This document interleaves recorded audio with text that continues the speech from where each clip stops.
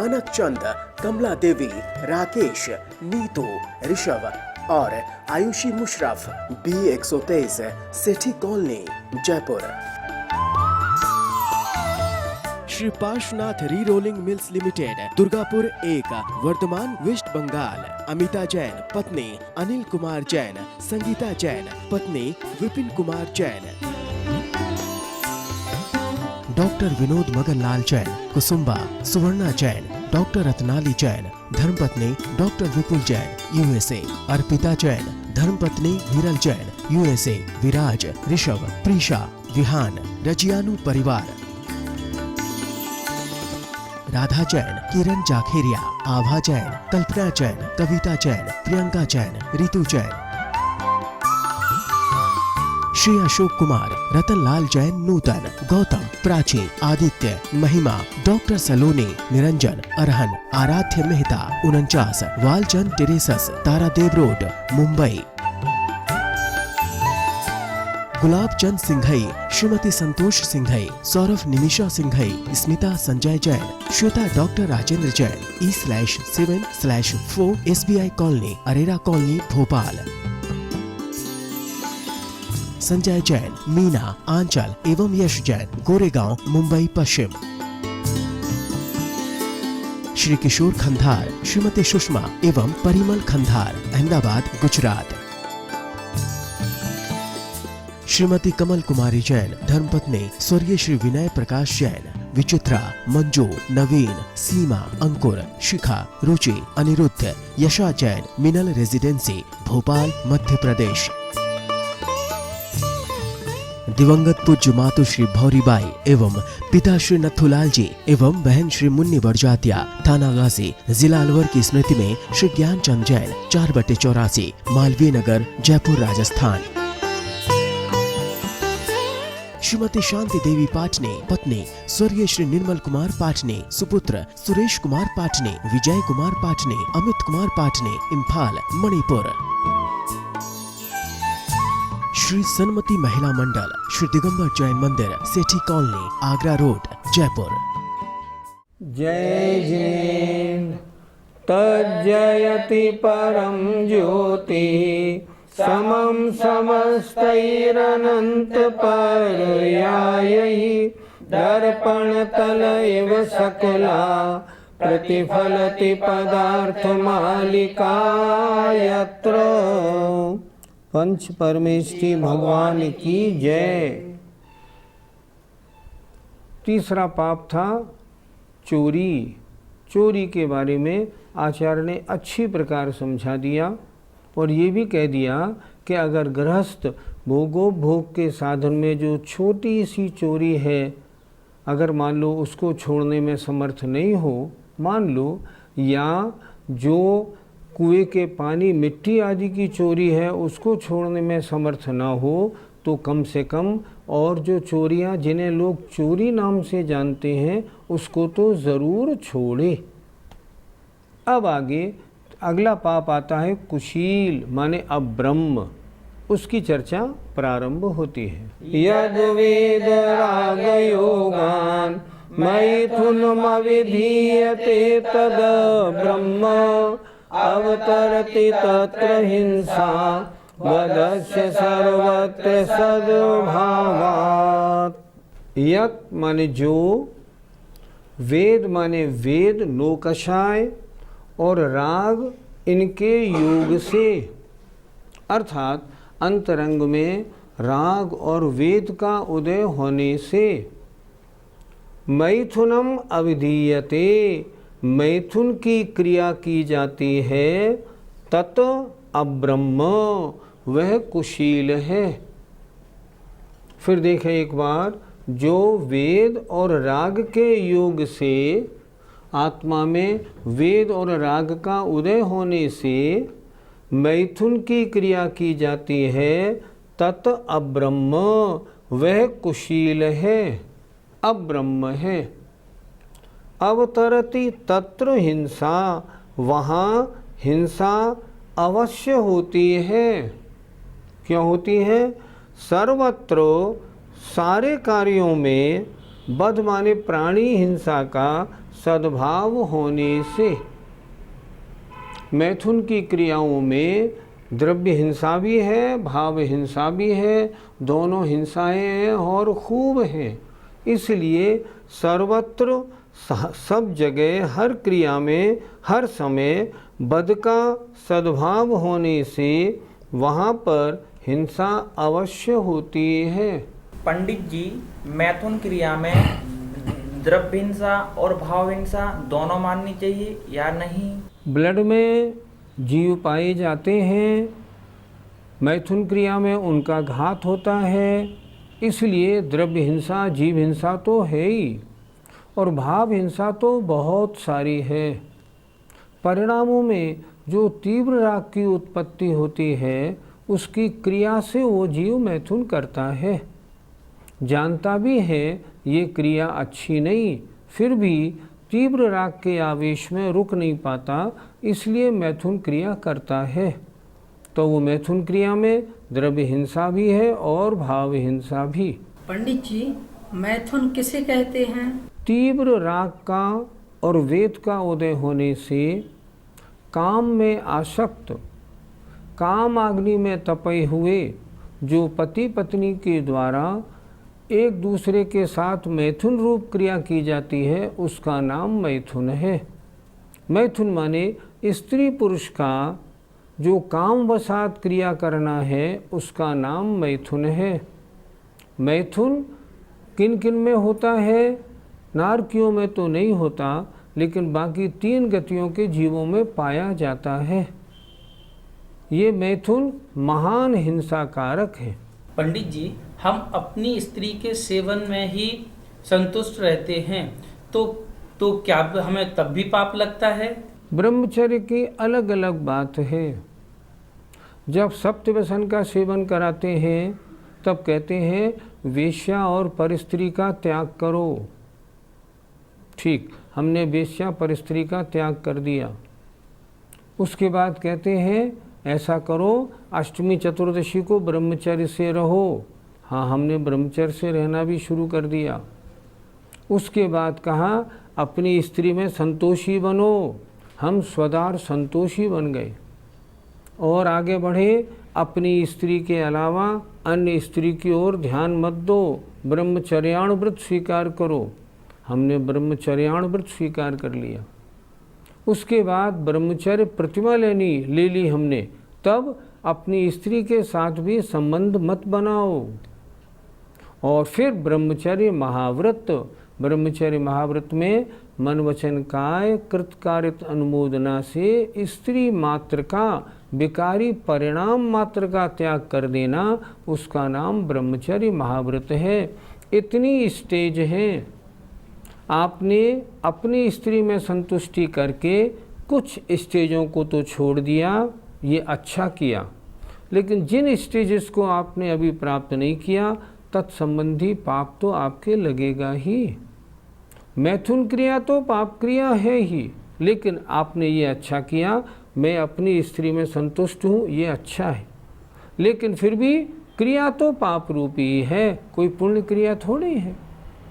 इससे बचना हो तो क्या करें? अगर पूर्ण रूप से बचना है तब तो ब्रह्मचर्य महाव्रत मन वचन काय कृतकारित अनुमोदना से इसका त्याग होना चाहिए।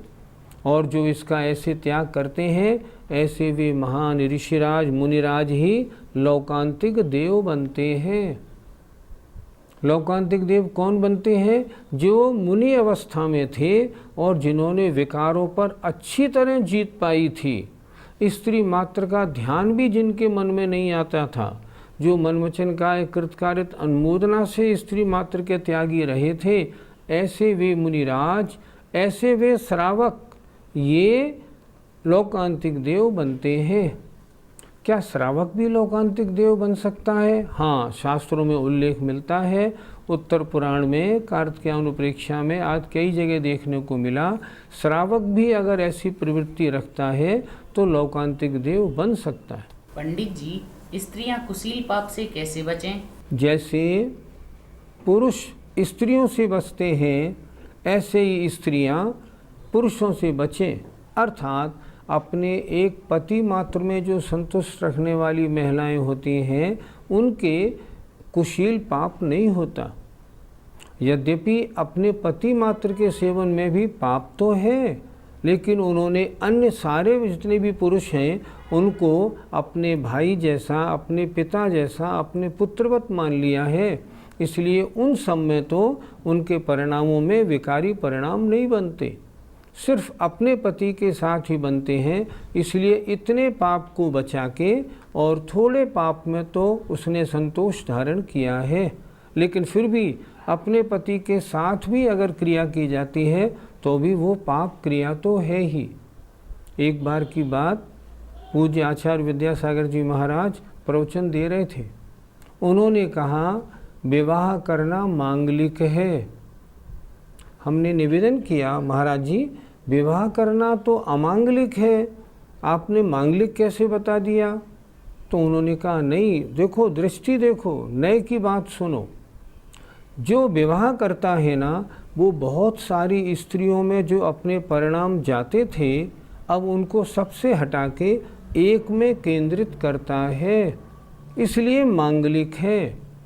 विवाह के बाद वैवाहिक जो क्रियाएं संपन्न की जाती हैं चाहे वो अमांगलिक हो अलग बात है, लेकिन उसने इतना अच्छा काम तो किया, सारे जगत से हटा के अपने परिणामों को एक महिला में केंद्रित किया। तो मांगलिक है कि नहीं? हाँ, इस दृष्टि से तो मांगलिक है। पंडित जी, जिन लोगों ने अष्टमी चतुर्दशी आदि पर्व के दिनों में ब्रह्मचर्य व्रत का नियम लिया है, क्या वो इन दिनों में सिनेमा आदि ना देखें? सिनेमा देखना, आजकल जो पत्र पत्रिकाओं में एक सिनेमा का एक अलग परिशिष्ट आता है उसका देखना, सिनेमा संबंधी पत्रिकाओं का पढ़ना या टीवी में ऐसे सीरियल देखना, ये सब कुशील पाप है। जहाँ आपके परिणाम अन्य किसी के प्रति आकर्षित हुए, समझिए आपने कुशील नाम का पाप कर लिया।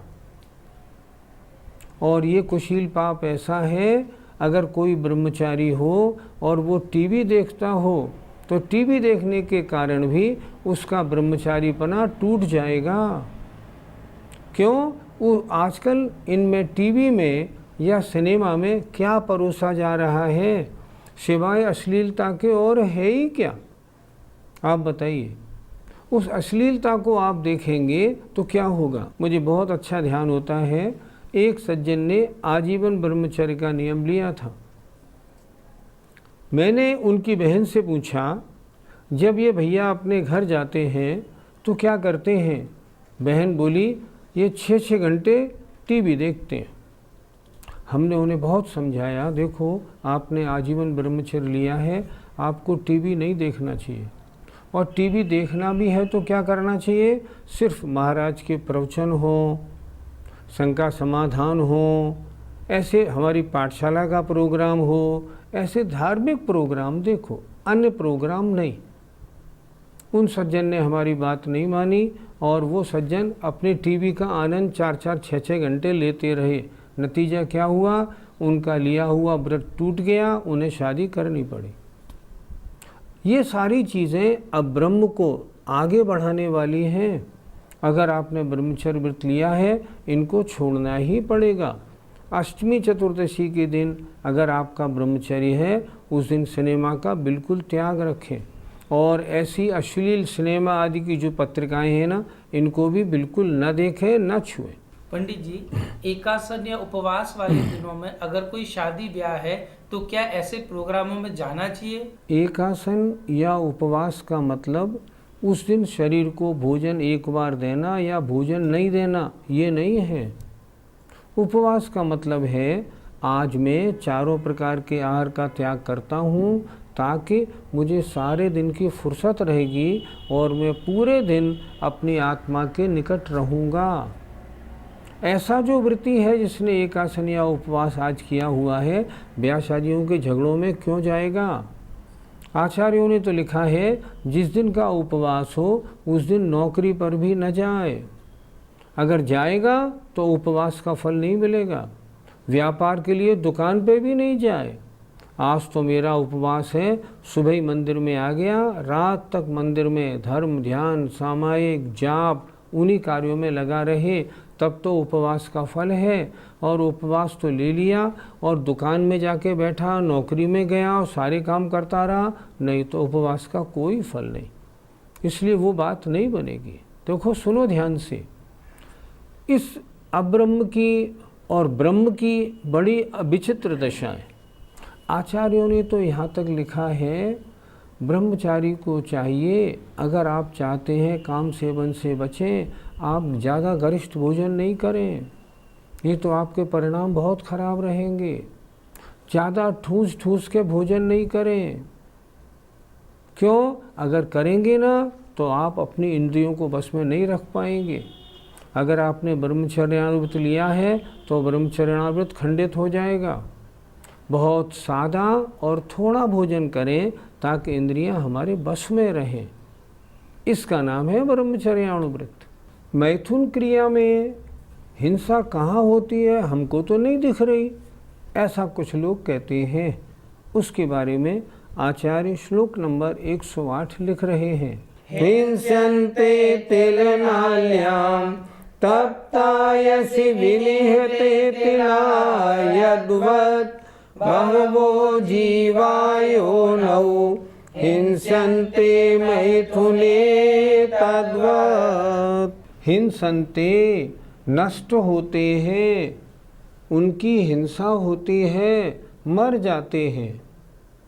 जैसे तिल नाल्याम, तिल की नाली में तप्त अयसी, गर्म लोहे के विनिहिते डालने पर यद्वत् जिस प्रकार तिला हिंसन्ते, जो तिल हैं वो जल जाते हैं, नष्ट हो जाते हैं, तद्वत् उसी प्रकार बहुवो जीवा, बहुत सारे जीव, योनौ योनि स्थान में, मैथुने मैथुन करने में, हिंसन्ते नाश को प्राप्त होते हैं। पंडित जी, यदि मैथुन सेवन के कभी परिणाम आए उसमें भी पाप लगता है? काम सेवन का विचार होने से मैथुन का पाप भी लगा और आत्मा में प्रमाद होने से हिंसा भी लगी। आत्मा में जो रागादि विकारी परिणाम हुए उनके कारण भाव हिंसा हुई, इसलिए वो हिंसा भी है।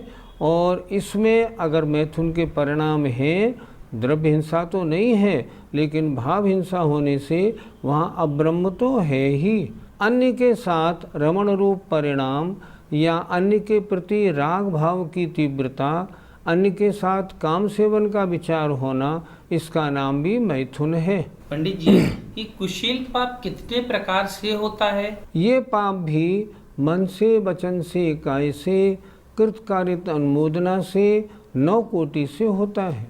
अगर विकारी परिणाम मन में आए हैं, मन से, अगर आपने वचन से किया है तो वचन से, और शरीर से किया है तो शरीर से, स्वयं करते हैं तो कृत से, अन्य से अन्य को करने की कहते हैं तो कारित से, और करने वाले की अनुमोदना करते हैं तो अनुमोदना से।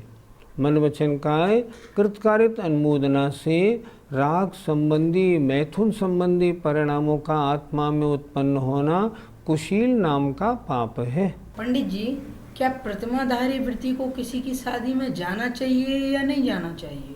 कुछ दिन पहले एक ब्रह्मचारी आश्रम से एक ब्रह्मचारी भैया ने हमें अपनी नातनी का चित्र भिजवाया और हमसे बोले, भैया मैं बड़ा चिंतित हूँ, किसी तरह से इसके लिए कोई योग्य वर हो तो आप बताओ।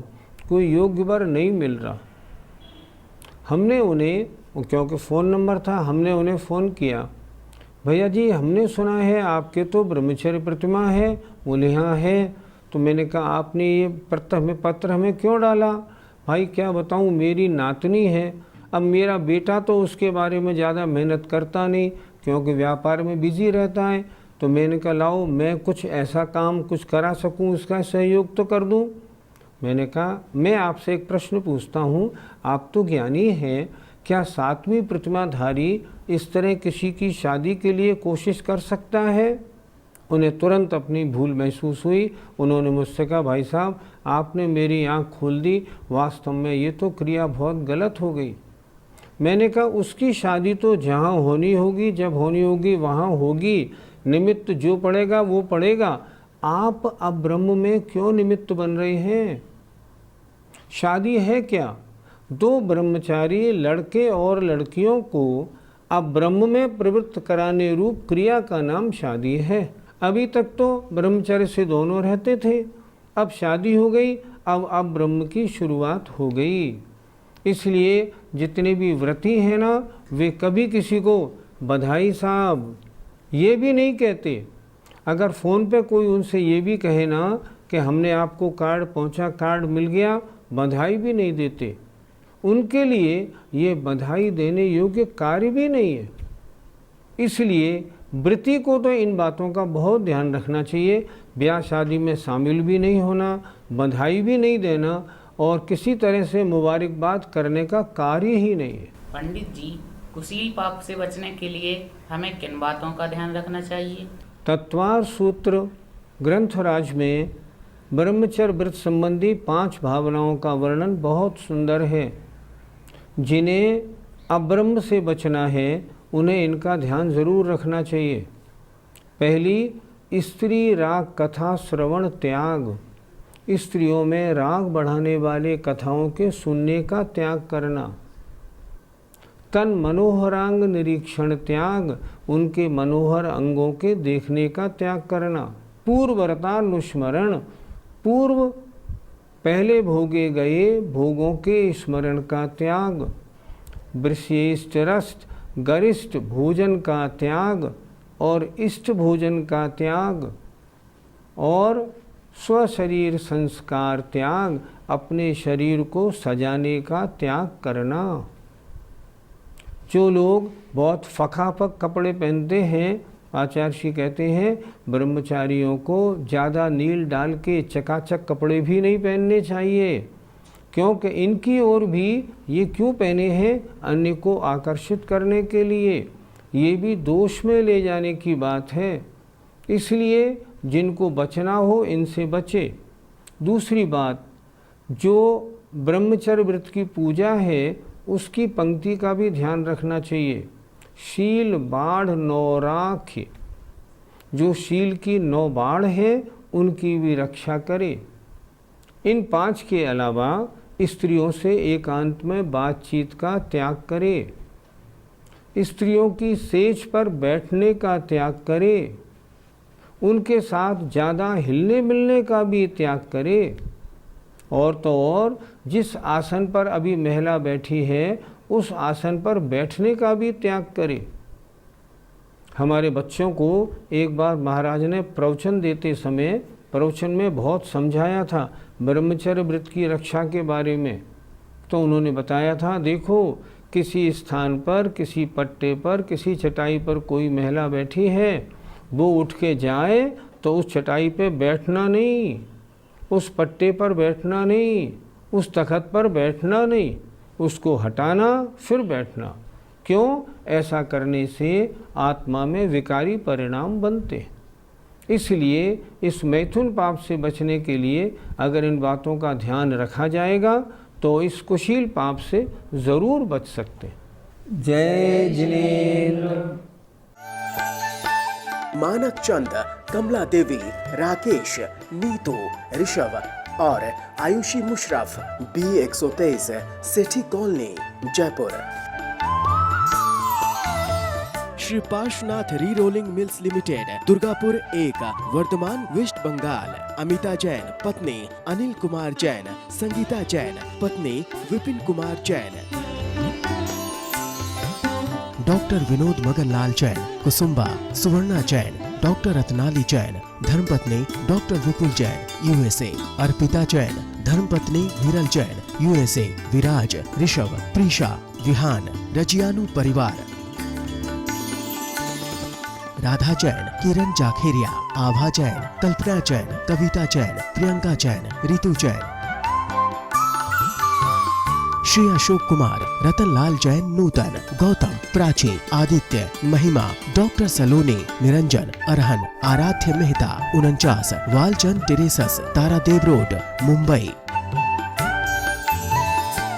गुलाब Chand Singhai, Shrimati Santosh Singhai, Saurabh Nimisha Singhai, Smita Sanjay Jain, Shweta doctor Rajendra Jain, E/7/4 SBI colony, Arera colony, Bhopal. Sanjay Jain, Meena, Aanchal एवं यश जैन, गोरेगांव, मुंबई पश्चिम। श्री किशोर खंधार, श्रीमती सुषमा एवं परिमल खंधार, अहमदाबाद, गुजरात। श्रीमती कमल कुमारी जैन, धर्मपत्नी स्वर्गीय श्री विनय प्रकाश जैन, विचित्रा, मंजू, नवीन, सीमा, अंकुर, शिखा, रुचि, अनिरुद्ध, यशा जैन, मिनल रेजिडेंसी, भोपाल, मध्य प्रदेश। दिवंगत पूज्य मातु श्री भौरीबाई एवं पिता श्री नथुलाल जी एवं बहन श्री मुन्नी बड़जातिया, थाना गाजी, जिला अलवर की स्मृति में श्री ज्ञानचंद जैन, 4/84, मालवीय नगर, जयपुर, राजस्थान। श्रीमती शांति देवी पाटने, पत्नी स्वर्गीय श्री निर्मल कुमार पाटने, सुपुत्र सुरेश कुमार पाटने, विजय कुमार पाटने, अमित कुमार पाटने, इम्फाल, मणिपुर। श्री सन्मति महिला मंडल, श्री दिगंबर जैन मंदिर, सेठी कॉलोनी, आगरा रोड, जयपुर।